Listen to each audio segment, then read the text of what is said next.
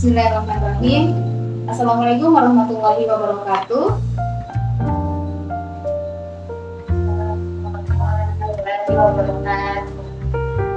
Oke, alhamdulillah kita bertemu di ruang Zoom ini dalam keadaan sehat walafiat. Dan sebelum kita memulai pelajaran kita pada pagi hari ini, Ibu meminta satu orang untuk memimpin doa pada pagi hari ini. Oke, saya persilakan kepada Adik Hairul Nisa. Terima kasih kepada teman-teman. Kita sama-sama kita memulai pelajaran.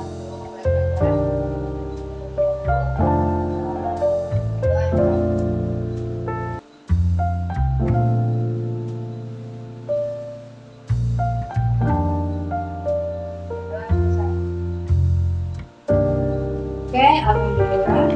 Dan selanjutnya Ibu akan mengabsen terlebih dahulu. Yang pertama, Desi Rusmadianti ROD.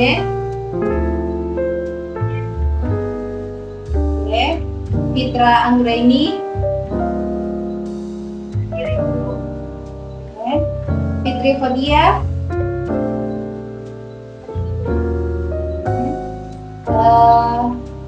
Hairul Nisa Aliafi. Dan Resa Nurhaliska. Ya, alhamdulillah semua hadir di ruang Zoom kali ini. Baik, adik-adik sekalian, hari ini kita akan belajar tentang menulis puisi. Mau bertanya dulu sama adik-adik sekalian. Di sini ada yang tahu apa itu puisi?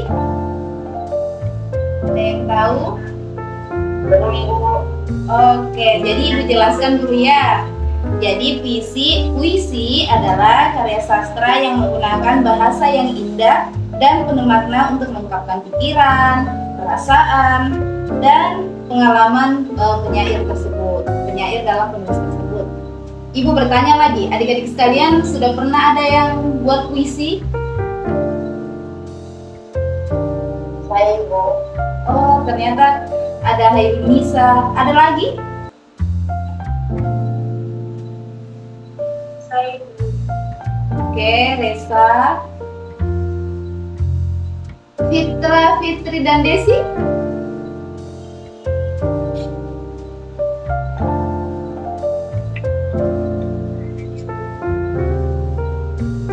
Nah, jadi adik-adik sekalian, nanti kita akan sama-sama membuat puisi.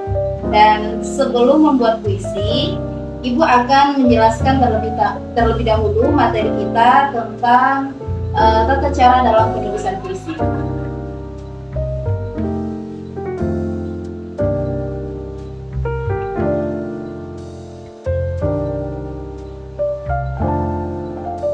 Terdengar suaranya Ibu?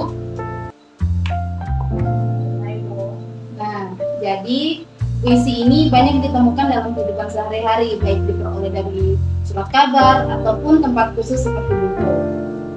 Nah, jadi ada 8 cara dalam membuat puisi yang perlu adik-adik sekalian ketahui. Yang pertama itu adalah menentukan tema. Nah, cara membuat puisi yang pertama adalah menentukan tema yang akan ditulis. Nah, tema ini akan membantu adik-adik sekalian dalam menentukan gaya bahasa puisi. Misal ingin menulis puisi tentang cinta, tentu saja pemilihan diksi yang digunakan menggunakan diksi yang berbunga-bunga atau sebaliknya. Nah, jadi adik-adik sekalian, membuat puisi dengan tema bencana tentu saja dari pemilihan diksi pun juga relatif banyak menggunakan pemilihan kata yang cenderung melo, sedih, karena berhubungan dengan bencana. Begitupun dalam penggunaan dan pemilihan majas biasanya akan mengikuti tema yang diambil. Nah, yang kedua, menentukan judul saat membuat puisi tidak selalu dibuat dari awal pembuatannya. Nah, jadi adik-adik sekalian bisa membuat judul puisi nanti ketika sudah di akhir. Nah, biasanya ada yang masih bingung kira-kira judul yang saya angkat ini tentang apa. Nah, ketika kita sudah membuat isinya, dari isi tersebut kita bisa mengambil kesimpulan bahwa oh, ternyata puisi ini menceritakan tentang ibu, apakah tentang ayah, apakah tentang guru. Yang ketiga ada pemilihan diksi. Nah, sudah disinggung bukan tadi tentang diksi, jadi diksi adalah pemilihan kata dari penulis puisi. Nah, diksi yang bagus atau tidak biasanya dipengaruhi oleh jam terbang penulis atau tergantung kosakata dan pengalaman dari penulis. Jadi, jika penulis memiliki diksi puisi pun lebih informatif dan tidak itu saja. Jadi, salah satu kunci dari penulisan puisi itu adalah perbanyak kosakata diksi. Yang keempat, menentukan kata kunci. Jika masih merasa mempraktekkan membuat puisi itu susah, ada cara lain yang bisa adik-adik sekalian praktekkan, yaitu dengan menentukan kata kunci. Jadi kata kunci ini sebagai clue untuk memancing imajinasi, gagasan, atau ide si penulisnya. Nah, misalnya adik-adik sekalian ingin mengikuti lomba menulis puisi dengan tema cinta alam, tetapi masih bingung kalian akan mengangkat tema tentang apa, kata kuncinya apa. Nah, barangkali adik-adik sekalian membuat daftar kata kunci yang nantinya akan membantu menemukan ide yang berlian. Nah, cara ini lebih efektif bagi para pemula. Yang kelima ada menentukan rima. Nah, cara membuat puisi yang wajib adalah rima. Rima adalah persamaan bunyi atau pengulangan bunyi di dalam tulisan puisi. Inilah pembeda karya puisi dengan karya novel dan cerpen. Jadi, penulisan puisi memang memiliki aturan atau syarat ini. Nah, tujuan dari dibuatnya rima tidak lain untuk menciptakan keindahan dalam menuliskan puisi. Jadi, menulis puisi tidak lebih menekankan pada keindahan estetik kata atau kalimatnya. Semakin unik dari rimanya, maka semakin indah. Nah, maka puisi itu menunjukkan tingkat kreativitas dari sang penyairnya. Mungkin salah satunya adalah adik-adik sekalian. Yang keenam, kita menentukan bait. Cara membuat puisi yang juga harus ada adalah adanya bait. Nah, kita membicarakan tentang bait, sebenarnya ada beberapa macam bait. Pertama ada bait distikon, yang mana puisi menggunakan bait ini hanya memiliki 2 garis di setiap baitnya saja. Nah, yang kedua ada bait terzina atau bait yang memiliki 3 garis per bait. Adapun jenis bait keempat yang disebut dengan quatrain, karena bait ini memiliki 4 baris setiap baitnya. Kalimat bait puisi yang memiliki 5 baris disebut dengan bait quint. Terakhir ada bait sonata yang memiliki 4 baris di masing-masing bait pertama dan 3 harus di masing-masing 2 bait. Yang ketujuh ada eksplorasi. Nah, cara membuat puisi yang selanjutnya adalah mengembangkan puisi. Jadi setelah menentukan beberapa poin di atas, adik-adik sekalian akan dituntut untuk melakukan eksplorasi dan menuliskan puisi tersebut. Jadi disinilah tantangan adik-adik sekalian memulai. Nah, jadi ada 3 tips eksplorasi penulisan puisi agar lebih hidup.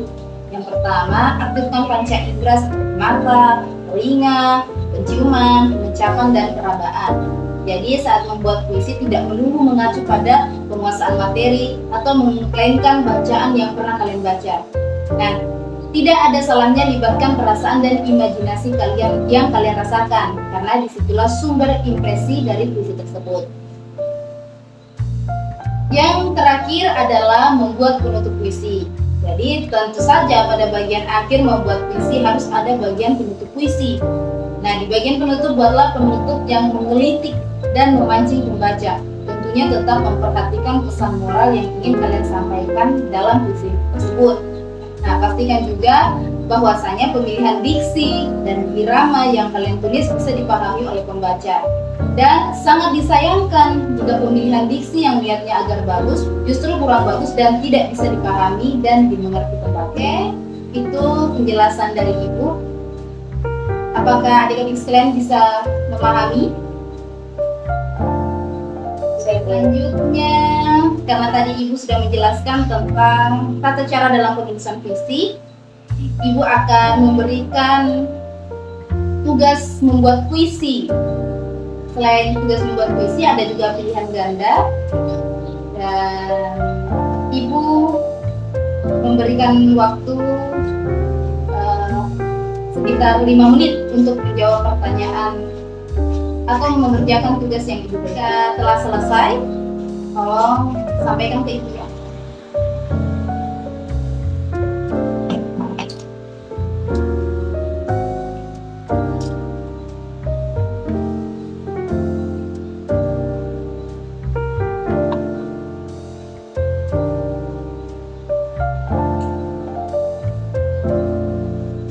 Oke, Ibu Nisa sudah?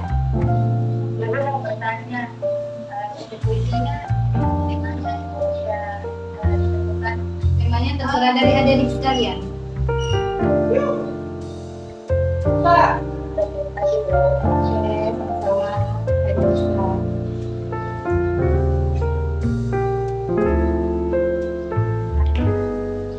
Ya, Fitra. Boleh. Terserah dari adik-adik sekalian.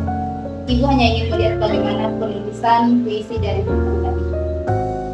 Terima kasih.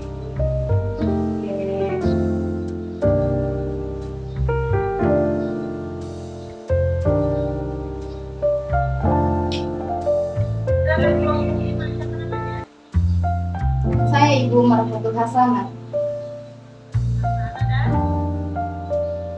Resa Nurfalista, Ibu. Oke, dilanjut. Adik-adik sekalian sudah membuat puisi tadi yang Ibu suruhkan tulis. Oke. Ibu meminta satu orang untuk membacakan puisinya. Boleh untuk saudara Fitra Anggreni. Baik, Ibu. Jadi judul puisi saya yaitu Tak Puas. Setelah merenungi, supaya telah berhasil desa dan kamar kita tersisa, makhluk binasa dan tak ada lagi pangan. Uang melimpah dan tak terhitung berapa jumlah. Mataku hilang pada harta, kamu tak tahu apa gunanya. Yang kedua, Oke, terima kasih untuk adik Fitra Anggreni. Wah, puisinya bagus sekali ya. Nah, jadi Ibu rasa pasti semuanya adik-adik sekalian di sini sudah mengerti bagaimana cara penulisan puisi dan diksi yang digunakan adalah diksi yang sangat bagus. Dan selanjutnya adik-adik sekalian, sebelum Ibu tutup, jadi ada PR untuk kalian tugas di rumah pada LKPD 2, yakni soal tentang pilihan ganda. Nanti Ibu akan share soalnya ke grup mata pelajaran kita. Bagaimana, boleh? Oke. Oke, adik-adik sekalian, Ibu tutup pada pelajaran kita pagi hari ini. Dan silahkan satu orang untuk memimpin doa sebelum kita keluar dari ruang Zoom ini.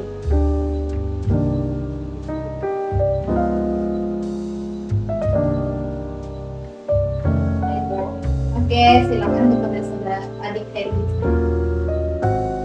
Baik, teman-teman, selanjutnya kita pada pagi ini ayo kita berdoa sama-sama sehingga dengan menyembah Tuhan.